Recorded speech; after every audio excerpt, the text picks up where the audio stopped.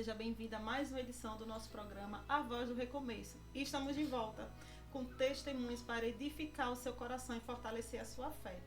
E hoje nós estamos trazendo Ilza Matos, uma mulher que tem uma história de fé linda e edificante e vai tocar o seu coração através do testemunho dela. Seja muito bem-vinda, Ilza, que Deus venha abençoar, né, o seu testemunho, que venha tocar o coração das pessoas e que você venha inspirar, assim, não inspirar outras pessoas, assim como você também me inspirou através da sua história. Então eu gostaria que você começasse contando como foi o início, né, da sua infância, convívio com seus pais, até a gente chegar aos dias de hoje. Boa tarde a todos. Estou muito feliz pelo convite, Jéssica. Quero dizer que o nosso Deus continua fazendo milagre. E assim, espero que essa mensagem que eu vou passar para vocês edifique a vida de cada um que vai escutar. Eu sou a mais velha, tenho 3 irmãos. Meus pais, minha mãe, quando ela tinha 36 anos, ela faleceu, né? Ela teve um aneurisma e eu fiquei com 3 irmãos pequenos para cuidar. Depois passou mais um ano, eu perdi meu pai. Meu pai foi acidente de carro, de moto, e foi um pouco difícil, né? Mas a minha fé sempre me teve, eu conseguia enxergar, mesmo com minha dificuldade, eu conseguia enxergar a mão de Deus. E aí eu fui lutando, eu tive a ajuda também de 5 vizinhos, que para mim foram o anjo que Deus enviou, e eu comecei a cuidar dos meus irmãos. E eu me sinto mãe deles também. Quantos anos você tinha quando sua mãe ela faleceu? 18. Qual era a idade de seus irmãos?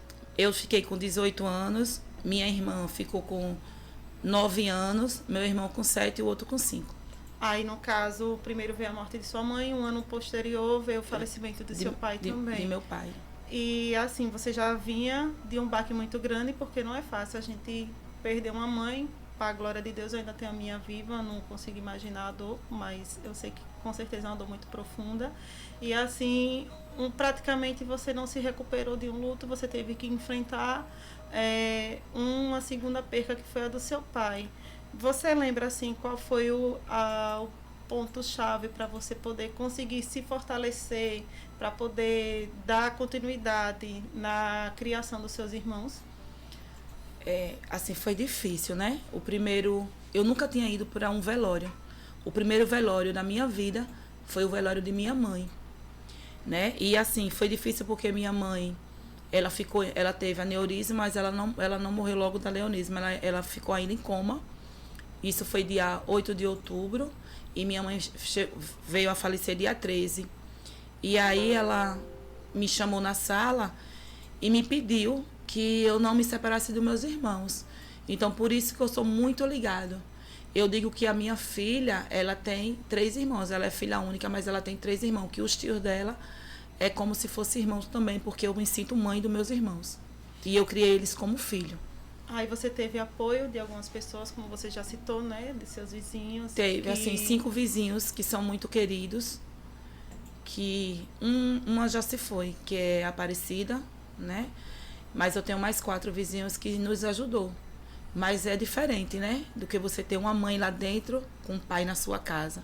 Eu tinha pessoas, eu ia para a igreja, né? Eu sempre fui religiosa, né? E assim, e foi o que me sustentou, na verdade.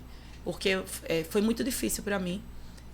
Eu não podia chorar na frente dos meus irmãos, eu tinha que fazer aquele papel que a mãe é forte, né? Uhum. Mas muitas vezes eu queria ser fraca também, que a fraqueza faz parte do ser humano.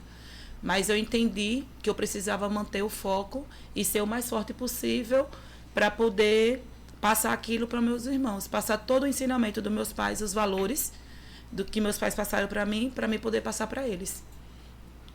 E logo depois, com quanto tempo assim você se desligou dos seus irmãos, onde você começou a ter a sua vida própria, onde você já começou a trilhar o seu caminho, a sua jornada, e eles conseguiram já começar a viver a vida deles, independente do seu cuidado? Quando meus irmãos casaram, né? Eu fiz um juramento que a gente só ia se separar quando eles casassem. E assim foi feito, né? Eles casaram primeiro Eles que você? casaram primeiro do que eu. Na verdade, eu orei muito pelo meu esposo, sabe? Meu esposo, ele não é cristão. Ele não é ainda, mas eu creio que a minha casa servirá ao Senhor, sabe? Mas assim, graças ao meu bom Deus, eu orei para um homem honrado, um homem trabalhador, um homem honesto. E essa característica específica é a característica de meu pai. Eu queria um homem, assim como meu pai foi para minha mãe. Eu queria esse homem para mim. E eu comecei a orar. Eu não tinha pressa. Enquanto as minhas amigas estavam namorando, eu estava cuidando dos meus irmãos. Se você me chamasse para ir na sua casa, eu perguntava se esse convite podia levar 3 filhos junto. E assim foi feito. Eu trabalhava numa loja no centro, trazia renda para minha casa, fazia tudo como meu pai ensinou, minha mãe ensinou, porque assim, independente que eles estavam lá conosco ou não, eu sentia a presença de meus pais e eu tinha que passar para os meus irmãos todo o valor que meus pais passaram para mim. Então foi assim que nós fomos criados.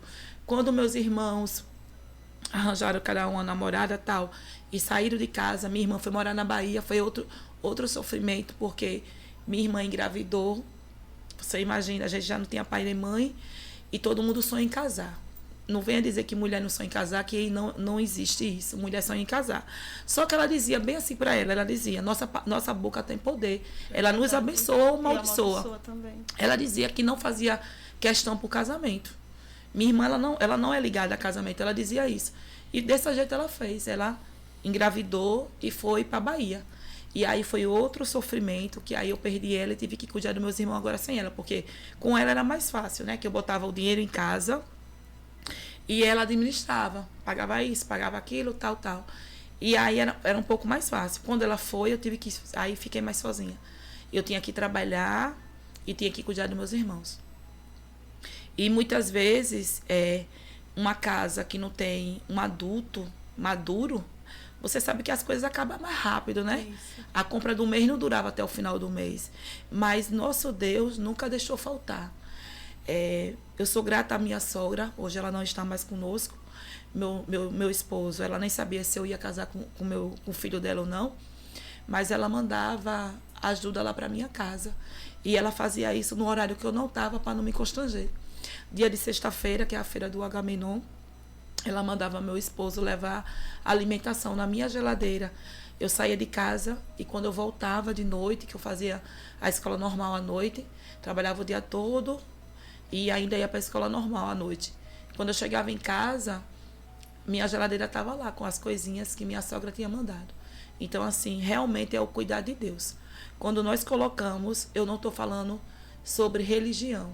Eu estou falando que Deus, ele usa pessoas para nos abençoar. Independente do que você esteja passando, vai ter sempre um anjo ali, a mandado do Senhor. E a minha história todinha, eu sempre tive uma pessoa que me abençoou. E assim, nessa sua trajetória, Ilza, a gente sabe que quando a gente se dispõe para cuidar de outras pessoas, a gente abdica dos nossos sonhos, né? E assim, como foi para você ter que parar a sua vida para cuidar dos seus irmãos, onde você com certeza tinha seus sonhos e seus projetos, e você via que você não conseguia colocar em prática porque você tinha uma responsabilidade para poder cumprir? Assim, na verdade, foi um pouco difícil. Às vezes eu via minhas amigas saindo, eu não podia sair, eu não podia ir no shopping, porque se fosse no shopping tinha que levar 3 meninos. Para levar 3 meninos era tudo mais caro, né? Então eu ficava em casa. Eu costumo dizer que eu tive uma vida de casado sem marido. Eu vivi eu só cuidei das crianças, né? Eu não tinha o lazer do casamento. E eu costumo dizer que minha vida é muito mais fácil hoje em dia, que eu sou casada, do que naquela época, sabe? Meu dinheiro, eu não usava meu dinheiro para nada para mim. Era tudo pro meu irmão. Eu cresci em um lar que minha mãe comprava roupa de Natal, São João, sabe? E isso eu fazia com meus irmãos. Aniversário, ganhava roupa nova. E dessa mesma forma, eu fui cuidando deles e fui passando isso. E aí o que acontecia? Algum anjo me dava. Então eu usava o gosto de outra pessoa. Eu não tinha vontade de ir numa loja e comprar uma roupa para mim. Nunca fiz isso. Faço isso agora. Mas na época que eu cuidava dos meus irmãos, não tinha condições. Entendeu? Eu usava uma roupa que a tia da igreja queria me dar, sabe? A minha sogra me dava, mandava meu esposo me dar, né? Quando eu comecei, porque eu não comecei a namorar não, demorou. Todo mundo da minha época começou a namorar. E o pessoal da minha igreja começou a dizer que eu ia ser freira, porque eu era católica e eu dizia no meu coração que eu não queria ser freira, porque no meu coração eu desejava, eu já tinha o desejo de casar, eu queria ter um casamento, eu queria vestir um vestido de noiva, eu queria ter um marido, sabe? Para ir para a igreja junto com meu esposo, eu queria isso para minha vida. Então, assim, ela dizia, ela vai ser, falava, Maria Ilza vai ser freira. Na mesma hora que ela falava, eu não já repreendia. mas no meu coração eu repreendia. Eu tinha um desejo no meu coração de casar. Uhum. E como foi o conhecimento até chegar ao seu casamento? No caso, você conheceu seu esposo, porque você teve um problema de saúde, né? Que você vai contar também aqui no testemunho. Você descobriu durante o conhecimento do seu esposo? Foi no período de casamento? Como foi? Não, eu passei... Foi um casal, né, que apresentou. E aí eu comecei a namorar, noivei, fiz tudo direitinho. Comecei a namorar, depois eu noivei, depois eu casei. Porque como eu tinha dito no início, eu tinha vontade de tudo direitinho, né? Vestido de noiva, tudo. Então foi tudo direitinho. Casei na igreja. Sua sogra, ela ainda era viva? Minha sogra era viva. No meu noivado, meu pai ainda era vivo. No meu noivado. Depois que meu pai faleceu. Aí depois do noivado foi que meu pai faleceu. No meu casamento eu já não tinha pai nem mãe, né? Mas tinha um amor de muita gente. Mas por curiosidade, quem foi que lhe levou até o altar? Foi um dos seus irmãos? Foi meu irmão. Meu irmão me levou. Meu casamento foi muito choro. Todo mundo chorou no casamento. Todo mundo. Não tinha quem não chorasse. E teve uma hora que o padre atrapalhou e perguntou: cadê o pai da noiva para dar a bênção? Aí você imagine. Aí todo mundo chorou. E aí todo mundo se levantou. Todo mundo foi para o altar para dar a bênção. E assim, na verdade, eu tenho que agradecer que, mesmo sem pai, sem mãe, lá do céu eu sempre tive meu pai do céu, né, que é nosso Deus, e eu sempre tive pessoas que me abençoou. E aí eu casei, aí quando fui trabalhar num abrigo de criança, e aí foi nesse abrigo que eu comecei a me apaixonar por criança, né? Porque assim, desde então eu não tinha vontade de ser mãe. Né? Porque você já tinha uma responsabilidade, você já sabia mais ou menos como era ser mãe, né? Então, aí eu levei 2 anos trabalhando nesse abrigo e comecei a me apaixonar por as crianças do abrigo, né? Que eu trabalhava, que era os meninos que são tomados pela justiça, né? Aí fica provisório nesse abrigo. E aí eu comecei a me apaixonar nesse abrigo. E aí eu casei, aí levou 2 anos. Aí eu falei pro meu esposo que já estava na época da gente ter um neném. E aí eu fui fazer os exames junto com meu esposo. E aí agora, pasme, eu descobri que eu tinha um caroço, né, na minha cabeça, porque eu não menstruava. Mas eu não me atentei, eu não tinha mãe para perguntar. Eu não menstruava, eu achava que era normal, porque todo mundo reclamava de fluxo menstrual, eu nunca me liguei. Mas aí quando eu fui fazer os exames, e aí o médico disse que não era normal, né, uma mulher não menstruar, e que nós ia ter que fazer exame. Aí começou a fazer um monte de exame. Fiz exame de hormônio, fiz exame da prolactina, fiz exame do útero, fiz exame, tudo normal.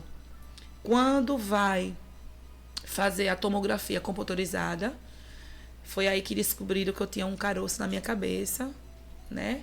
Que eu tinha que começar a tomar medicação, e eu comecei a sentir alterações visuais, né? Eu não enxergava direito, e aí, como era problema de hormônio, se uma pessoa começasse a sorrir, eu não parava, demorava muito a sorrir.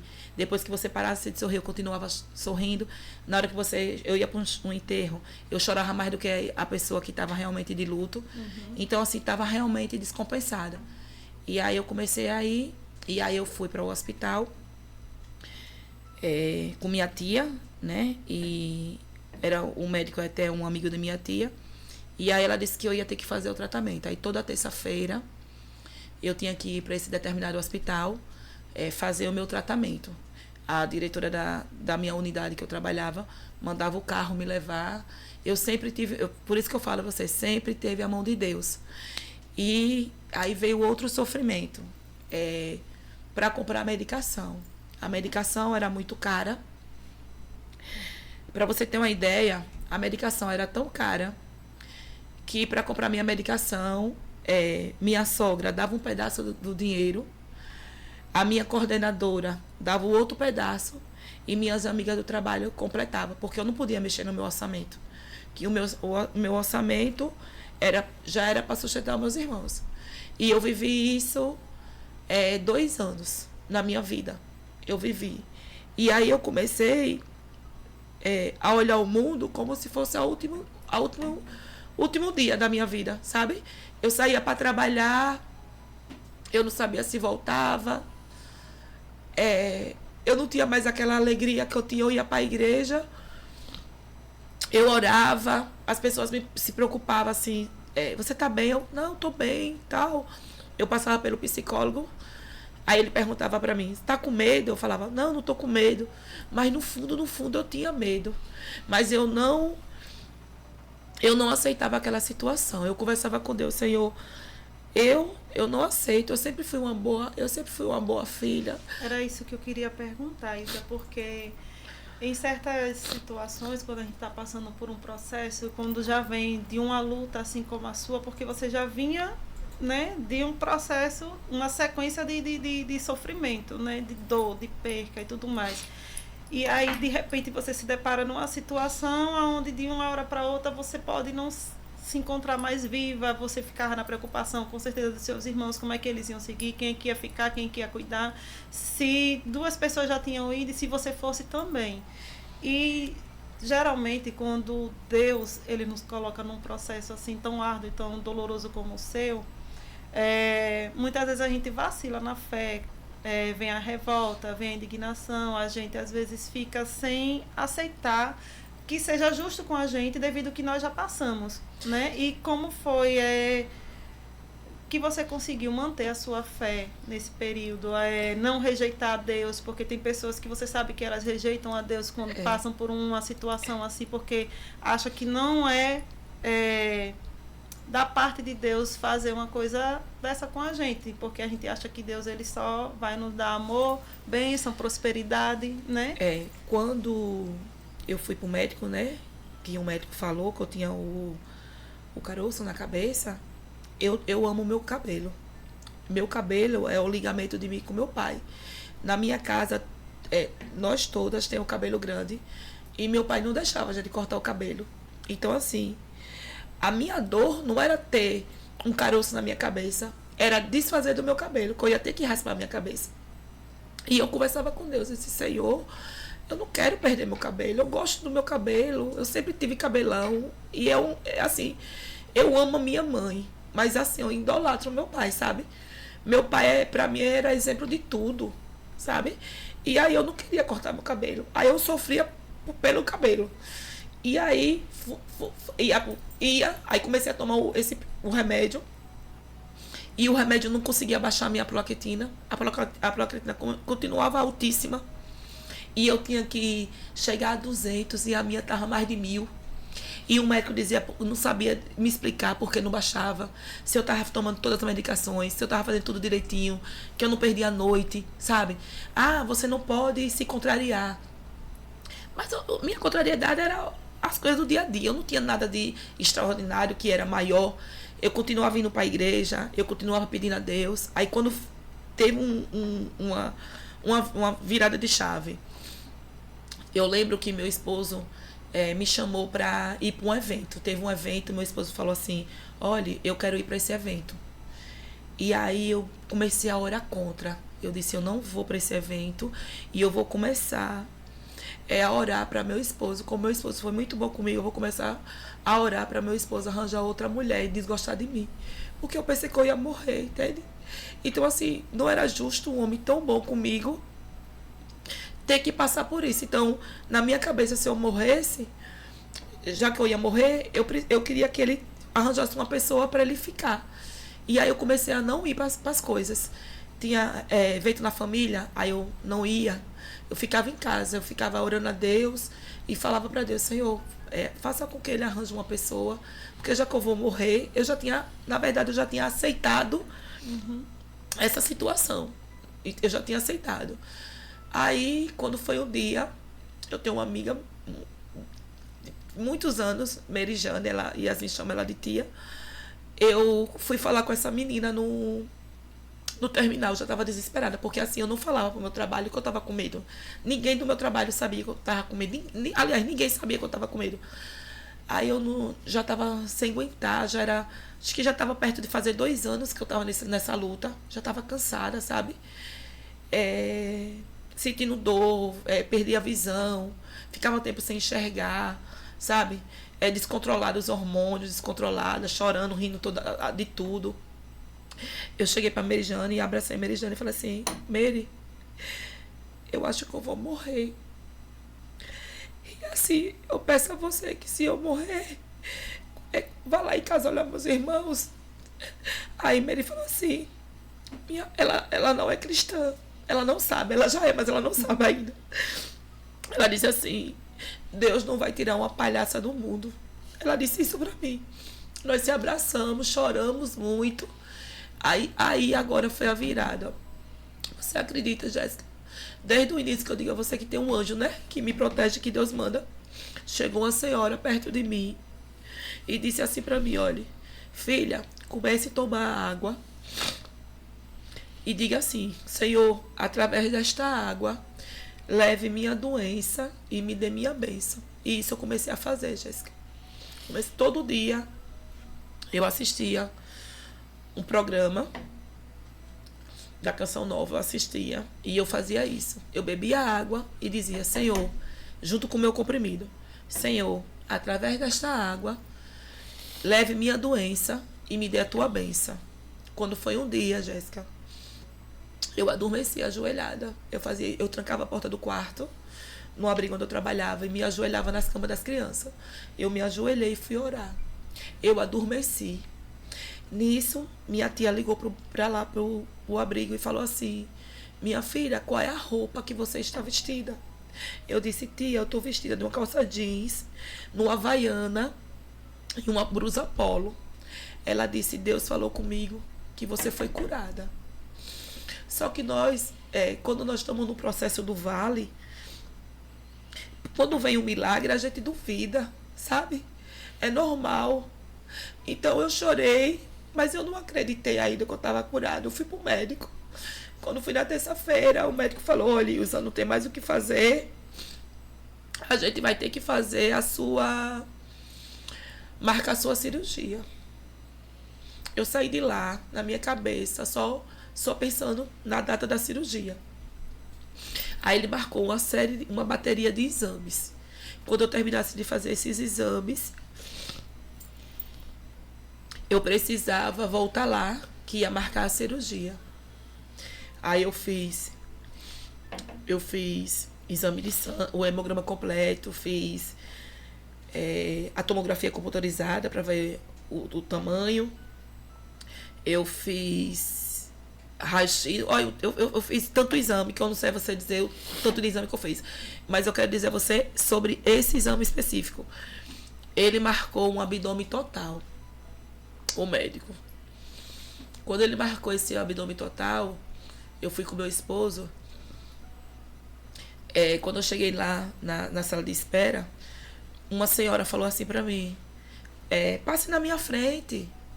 Aí eu falei pra ela assim, não, eu não sou preferencial não, eu tô gorda. Eu disse a ela. Ela disse pra mim, você tá grávida. Aí eu olhei pro meu esposo e falei, não tô grávida não, minha lágrima veio, caiu. Eu tô doente, eu tô morrendo, tô com caroço na cabeça, eu tô inchada por causa da medicação. Aí ela insistiu. Ela disse, se você não tiver grávida, eu troco meu nome. Pode passar na frente. E aí a atendente veio e ela falou, eu quero que ela passe na frente, porque ela queria ver o resultado do meu exame. Eu passei na frente dela. Agora você vai saber agora, Jéssica, como o nosso Deus, ele é misericordioso e ele atende o desejo do coração de cada uma pessoa. Quando eu entrei, a doutora passou o gel na minha barriga. Quando ela passou, ela disse assim para mim: quer saber o sexo? Meu esposo desmaiou. Porque como é que uma pessoa que não... Se a pessoa não menstruou, ela não ovula. E como é que ela está grávida? Né? Mas as coisas de Deus não é para ser explicado, é para ser vivido. Por isso que eu estou aqui hoje, para dizer que nosso Deus, ele continua curando. E ele cura. Olhe, o diagnóstico do homem pode dar um impacto, como deu em mim. Mas Deus, ele cura. Deus de Isaac, de Jacó, ele continua fazendo milagre todos os dias. E aí, eu olhei para a doutora e falei: e agora, doutora, como é que vai ser? Eu fiz um monte de coisa que não podia fazer. Eu tomei um monte de medicação que não podia tomar. Ela disse para mim. A doutora era crente, viu? A doutora era crente. Era crente a doutora. Ela disse: se você está grávida, foi porque Deus permitiu. Então, ele vai cuidar da sua bebê.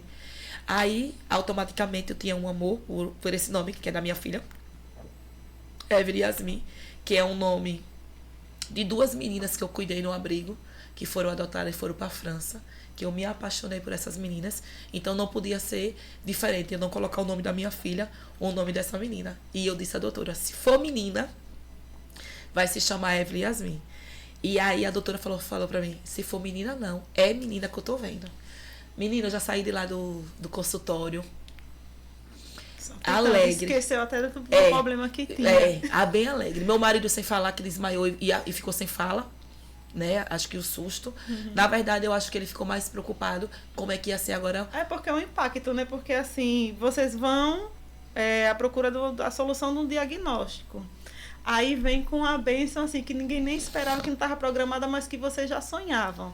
E aí fica aquela mistura. Se você pensa no que vai fazer com o diagnóstico, com a bênção que está para chegar e como é que vai ser para poder reagir, ela me fia. O desmaio ainda foi fichinha para tudo que o pobre viveu, assim, em questão de minutos. E aí a gente fomos, aí liguei para o doutor, né? No outro, não, aí era para ir para consulta. Aí peguei os exames, aí falei: já cheguei. Aí passei no centro, não esperei, Jéssica, não consegui nem esperar. Passei no centro, comprei um vestidão, como eu sempre sonhei na minha vida, vestir aqueles vestidão de grávida, né? E fui pro consultório do doutor. Quando eu cheguei lá no doutor com diagnósticos, né? Doutor, eu tô grávida. Ele: como? Eu disse: tô grávida. Ele disse: se você não sentia essa criança mexer na barriga? Eu falei: não sentia, doutor, porque eu tava morrendo. Ele falou assim: olha, eu tenho mais de 10 anos que eu sou médico e eu nunca vi ninguém engravidar sem ovular, né? Sem ter a menstruação. Eu falei: doutor, só que eu sou crente, né? E quando a gente é crente, a gente acredita. Então, meu Deus me deu. Aí ele falou: agora a gente vai precisar cuidar da criança. Eu vou lhe encaminhar para uma médica para ela cuidar de você e da criança, né? Então, assim, a minha luta não terminou aí, porque lembra que eu disse que eu tinha um caroço? Então, eu tinha que ter a gestação e cuidar do caroço. Mas o nosso Deus, ele não brinca em milagre, ele faz o milagre completo.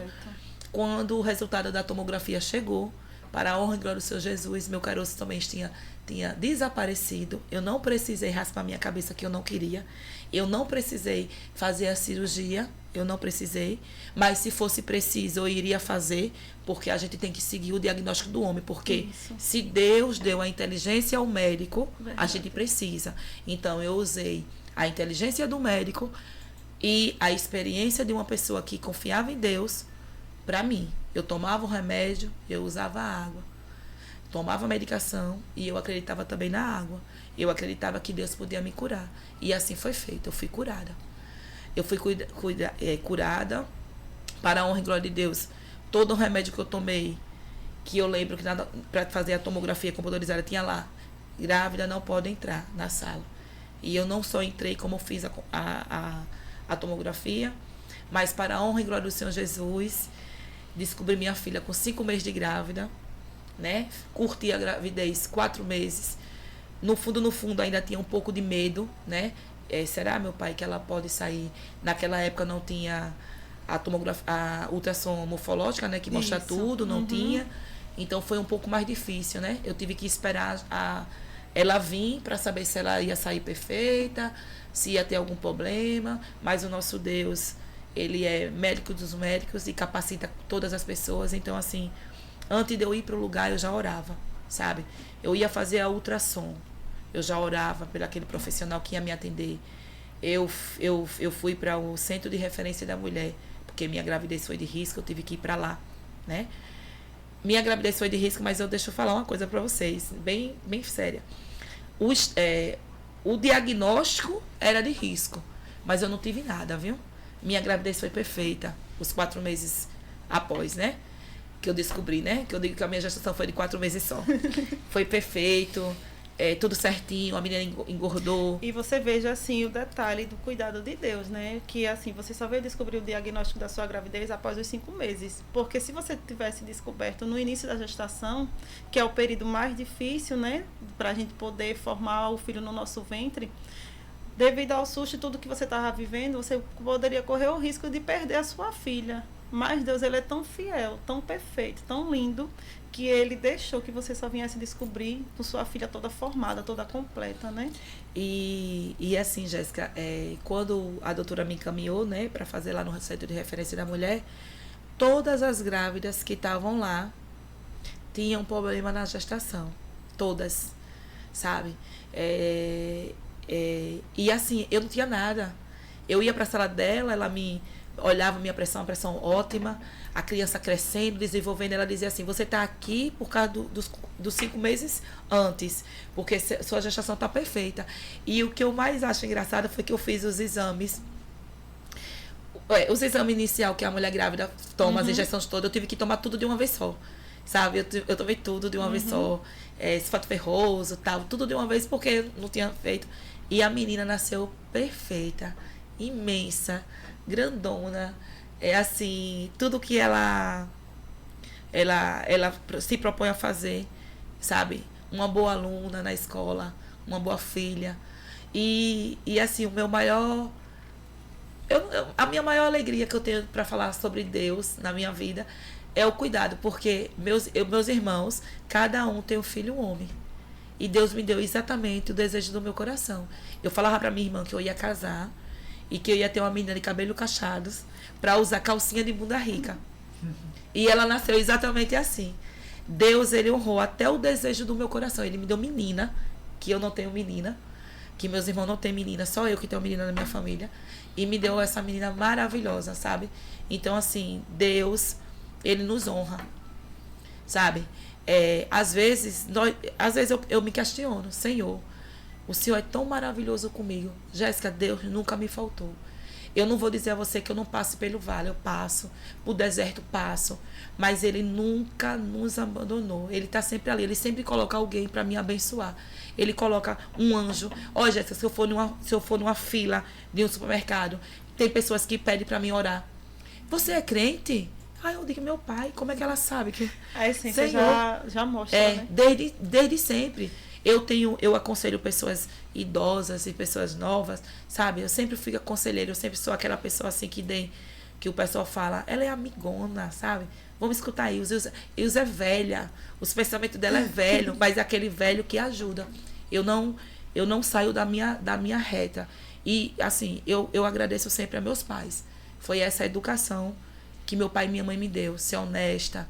Se você pegou, diga que pegou, que não pegou, diga que não pega, sabe como é?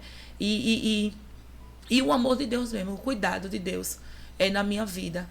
Eu não estou nem falando de religião, eu estou falando de você crer. Você crer e colocar em ação. Às vezes, com um desespero, né? Pronto, um diagnóstico de morte, você vai ter um desespero. É verdade. Porque tem pessoas que dependem de você. Com certeza. Entendeu? E quando nós temos filhos, porque eu me sinto mãe dos meus irmãos, é um pouco mais difícil. Certeza. E assim, Ilza, trazendo a parte da religiosidade, porque muitas vezes as pessoas, por ainda não conhecerem Deus da forma que hoje você conhece, da forma que hoje eu conheço, né? Quando se depara numa situação dessa, né? ela se revolta, ela endurece o coração dela, ela não sabe para quem recorrer. Muitas vezes Deus ele coloca até esse tipo de situação justamente para isso, para que a gente venha conhecer Deus verdadeiramente, de uma forma diferente que o mundo aqui fora muitas vezes nos apresenta, né? Que a religião nos apresenta, né? Você viveu um milagre durante toda a sua vida, o cuidado de Deus, mesmo sem ainda você ainda estar convertida, batizada e alicerçada em nenhuma religião. Mas Deus não deixou de existir na sua vida. Então, assim, que as pessoas entendam que Deus ele está disposto para fazer em nossas vidas todos os dias, independente da religião que a gente siga. Isso. Deus ele é amor, ele é bondade, ele é misericórdia, né? E ele nos capacita porque ele sabe do projeto e o propósito que ele tem para a gente cumprir aqui na Terra. Além de você cuidar dos seus irmãos, Deus ainda lhe colocou uma ordenança de cuidar de pessoas, né? Que você faz um trabalho também onde você ajuda a resgatar pessoas que são viciadas, né? Exato. Eu costumo dizer que não foi eu que escolhi a profissão, foi a profissão que me escolheu, né? Eu trabalho com dependência química tem muitos anos. Eu tenho mais de 25 anos de só dependência química, né? Então, assim, eu sempre trabalho, Deus me coloca, ele me leva sempre para locais que pessoas precisam.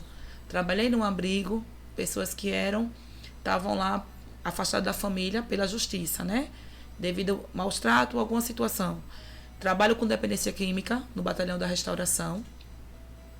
Um lugar que você só entende se você for lá. Sabe? É de cuidado. Você passa seu plantão todo cuidando de homens que muitas vezes não foi falha da família.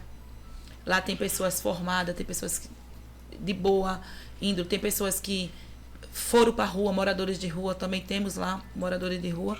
E assim, o cuidado de Deus, Jéssica, você tem que ser boa naquilo que você faz, você tem que amar. Independente, eu costumo falar para eles que cada um deles tem um valor, que Deus colocou eles ali para eles ser cuidado, justamente porque perdeu a noção do que eles viviam. Mas que Deus, ele transforma. E se ele deixar, Deus vai tocar. E até a educativa que eu dou da palavra. Sabe? Eu boto para copiar a palavra, eu boto para falar a palavra. E você tem o seu testemunho como exemplo, né? Assim, para aqueles que estão ali, que acham que não tem mais jeito, que não vai mais conseguir. Quando houve um testemunho como o seu, um testemunho vivido, um testemunho forte desse, não tem como a gente dizer, não, se ela passou por tudo isso, se Deus fez, Deus vai fazer na minha vida também, né? Eu dei uma pausa no programa, porque assim, muitas vezes eu ficava observando o programa e as pessoas que eu trazia, eu disse, Senhor, essas pessoas são muito mais capacitadas do que eu para estar ali, né? Mas só que Deus ele tem uma ferramenta para que você venha evangelizar diferenciada para cada um, né? Então, assim, eu estou muito grata a Deus por esse retorno, por trazer um testemunho assim tão impactante como o seu. E a gente não tem assim nem esse nível de intimidade nem nada. E por um acaso Deus levou você até lá a loja para você contar o seu testemunho, para você trazer hoje aqui. E você imagine quantas pessoas vão ser alcançadas hoje, né? Quantas pessoas vão se emocionar, vão se inspirar. Aquelas que estão achando que não tem mais jeito, hoje vai ouvir o seu testemunho e vai dizer, se ela conseguiu, ela passou por tudo isso, eu vou conseguir também. Se Deus fez na vida dela, Deus vai fazer na minha também, né? E para a gente fortalecer a nossa intimidade, a nossa comunhão com Deus, que Deus ele está todo dia disposto a nos resgatar, nos salvar, nos amar e dar o melhor para a gente, né? Basta que a gente queira, que a gente esteja disposto, né? Eu queria que você deixasse uma mensagem, né? Para as pessoas que estão enfrentando ou um diagnóstico ou algum problema financeiro, particular, sentimental, né? Para honra e glória do Senhor, você perdeu seu pai e sua mãe, mas Deus ele deu uma nova família, você continuou tendo, né, uma base familiar, né? E que você viesse através da sua mensagem inspirar ainda mais, né? Porque tudo que você já falou aqui já é uma inspiração assim tamanha. Eu estou aqui impactada. Muitas vezes aqui eu me segurei para não me derramar em lágrimas, porque o seu testemunho é muito lindo, é muito forte, né? E mais lindo ainda a gente ver o agir de Deus, né? Quando a gente acha que não tem mais jeito, que tudo acabou, aí Deus vai lá e renova e mostra, porque é difícil viver o processo. Hoje eu ouvi a palavra na igreja e o pastor ele falou Você tem que aceitar o processo, aprender no propósito para desfrutar da bênção. Exatamente. Né? E nem todo mundo consegue desfrutar da bênção porque desiste no meio do caminho, porque acha que não vai conseguir. Né? Então é nessas horas, quando a gente ouve o seu testemunho, porque chegar aqui e contar em horas, em minutos, é fácil. Mas não foi nem um dia ou em dois que você viveu tudo isso. Não, né? Demorou. Teve todo um tempo para poder viver, para hoje você desfrutar da honra, da glória e do milagre do Senhor e estar testemunhando aqui. E assim, Jéssica, uma coisa que eu levo para a minha vida, né? Deus, ele mesmo nos momentos que eu estava só, quando eu ficava só no quarto, né? E aí que eu ia para intimidade com ele, que eu ia conversar com ele, que era a hora que realmente eu era eu, porque eu vivia como se fosse duas pessoas, né? No processo eu vivia duas pessoas. Eu mostrava para as pessoas que eu estava bem, mesmo não estando, para não deixar mais preocupada do que elas já estavam, porque eu sabia que elas me amavam, né? Eu sabia que tinha amor verdadeiro por mim. Sei o que é isso. E mesmo que o mundo diga que não existe amizade, que não existe amor verdadeiro, eu digo a vocês, existe amor verdadeiro sim, existe amizade sim, é difícil, mas existe, porque Deus, na palavra de Deus, ele nos diz que nós temos, quem tem amigo vale mais do que ouro, então tem um tesouro. Então eu sempre tive bons amigos, eu não tenho muitos, eu não sou uma pessoa de muitas amizades, eu conheço muita gente, mas eu não sou de muita amizade. Mas os amigos que eu tenho, eu mantive e mantenho, né? Eu acho importante você ter uma amizade sadia, uma pessoa que leve você para a sua vida. Um conselho que eu quero dar a você que está aí nesse vale, eu não sei qual é o deserto que você está passando nesse momento, eu não sei o que é que você, a sua dor pode ser uma perca, pode ser uma perca de um casamento, pode ser uma perda física, pode ser financeira, mas eu quero dizer a você que o deserto, ele é lugar de passagem. Quando nós não obedecemos, nós passamos por dificuldades, sim, por causa da desobediência, mas acredite e creia que o nosso Deus, ele continua fazendo milagre. A última palavra vem do Senhor. Na minha igreja, nós temos o corredor do milagre, dia de sexta-feira. E muitas vezes eu ainda preciso passar por esse corredor e pedir algo, sabe? Por quê? Porque assim, Deus me curou do meu caroço, mas eu tenho outras coisas que eu preciso ser curada. Tem outros desejos no meu coração. Então assim, entrega ao Senhor tudo que você tiver, verdadeiramente. Entrega ao Senhor. Meu pai, antes de vir para cá, eu entreguei as palavras ao Senhor. Senhor, que toda palavra que saia da minha boca seja para glorificar a Ti. Que o Senhor continue sendo o centro da minha vida. Mesmo sem entender, eu tô lá para te honrar, sabe? E assim, a dor, às vezes, ela faz a gente se aproximar mais de Deus. Talvez nesse momento, você que está aí, não esteja passando pela sua melhor fase, mas tenha certeza que a palavra de Deus nos diz, em Eclesiastes 3, que há um tempo determinado para todas as coisas. E seu tempo de você glorificar, agradecer o Senhor, vai chegar. Acredite e não desista, assim como eu não desisti. Eu tive medo. O medo faz parte do homem. O ser humano é para ter medo. Agora, Deus, ele é a nossa força e a nossa fortaleza. E tenha certeza que ele não desiste do filho, ele não trouxe filho para sofrer. Sofremos pelas nossas escolhas. Às vezes a gente escolhe coisas que a gente não ora, não pedimos ao Senhor, não faz parte do projeto de Deus para a nossa vida. Então Deus disse que ela quer ir, nós temos o livre-arbítrio, Deus deixa nós ir. Siga, irmã, você quer ir? Vá lá, faça. Mas vai quebrar a cara. Quando quebrar, Deus está de braços abertos para receber. E tenha certeza que o nosso Deus, ele faz milagre, ele faz muito mais milagre do que nós imaginamos e continua curando. O último diagnóstico tem que ser dele. A palavra que eu deixo para vocês, eu quero que vocês pense que José do Egito, que